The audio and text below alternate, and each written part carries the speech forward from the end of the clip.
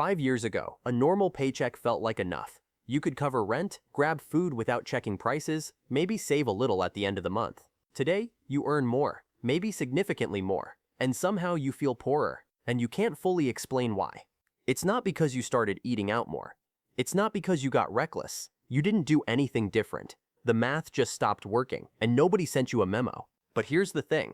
There's always a group who figures this out early, who understands what shifted and makes decisions based on that reality instead of the old one. Who doesn't react, they prepare. That's who this is for. Because something very real happened to the economic rules between 2020 and right now, and most people still don't know exactly what it was. From 2021 through mid-2023, inflation outpaced wages for 25 consecutive months. That's over 2 years where your paycheck literally bought less with every single passing month. And even now, with wages technically rising faster than inflation, your overall purchasing power measured since 2021 is still slightly underwater. The gap was real, it was long, and it left a mark. But here's what nobody talks about. It didn't hit everyone the same way. Workers in certain fields, certain income brackets, certain zip codes took the full hit. Others barely noticed. The headline numbers look fine. The lived experience is something else entirely. So here's what we're doing. You're going to understand exactly what changed in the rules, not the theory, the actual life consequences. You'll see why housing feels permanently out of reach even when the market slows. You'll understand why your savings aren't growing the way you expected. You'll get a clear sequence of steps you can take starting this week to stop the leak before you think about investing a single dollar. And at the end, I'll show you the one move that looks responsible but actually keeps you stuck in financial neutral and how to break out of it. Let's get into it. Here's the uncomfortable thing, sitting underneath all of this. The rules you grew up with. Work hard, spend a little less than you earn, buy a home eventually. Those rules were built for a stable system. A system where housing cost roughly 3 to 4 times your annual income. A system where a normal savings rate kept pace with a normal cost of living. That system has been quietly replaced. Home prices have risen roughly 60% since 2019. The median home now costs around $412,000. To afford that at today's mortgage rates, you'd need to bring in close to $127,000 a year. And that's just to not be technically cost-burdened.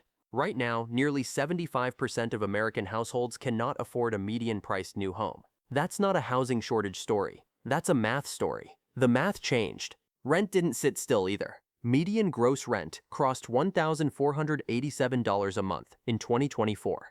In cities like Miami, housing now consumes over 36% of median household income, well past the 30% threshold that experts define as cost-burdened. 1 in 4 homeowners is in that zone right now, and nearly 45 million people are in rent cost-burden territory.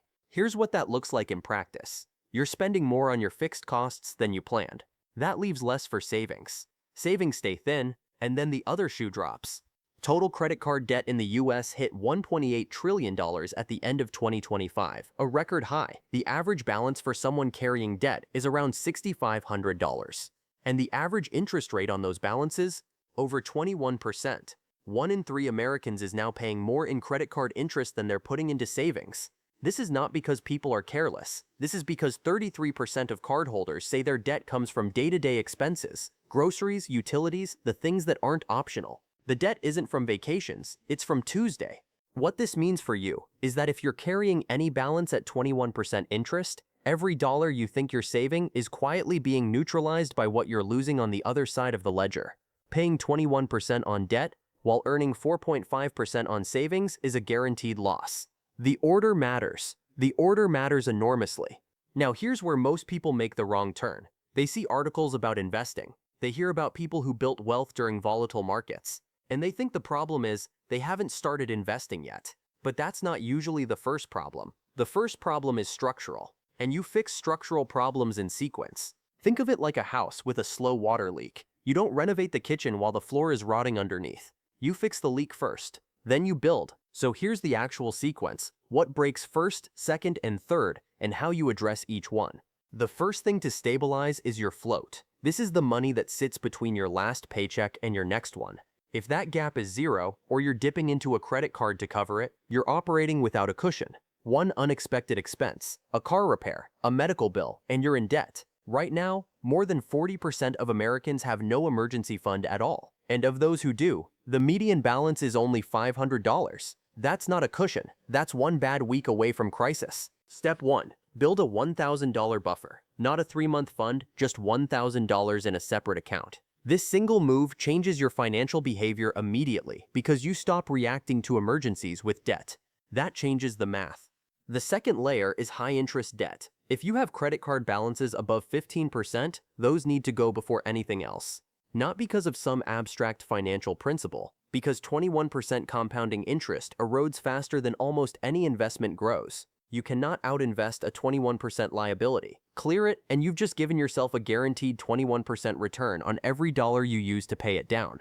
The third layer, once your buffer is in place and high-interest debt is cleared, is your cash flow structure. This means a saving system that runs automatically, not discipline. Automation. Set a transfer on payday to a separate account before you can touch it. Even $50 a week becomes $2,600 a year. Compounding that over a decade with modest returns is real money. Now we can talk about the forward path. Once your foundation is stable, the next step is making sure inflation doesn't quietly eat your progress. Keeping all of your savings in a checking account means losing purchasing power every year. Inflation runs above zero. A high-yield savings account, earning 4 to 5%, is a basic move that costs you nothing to set up and immediately puts your emergency fund to work. That's layer 4. Layer 5, and only after the first 4 are in place, is long-term investing. Index funds, low-cost diversification, and time are the tools here. Not timing the market, not stock picks.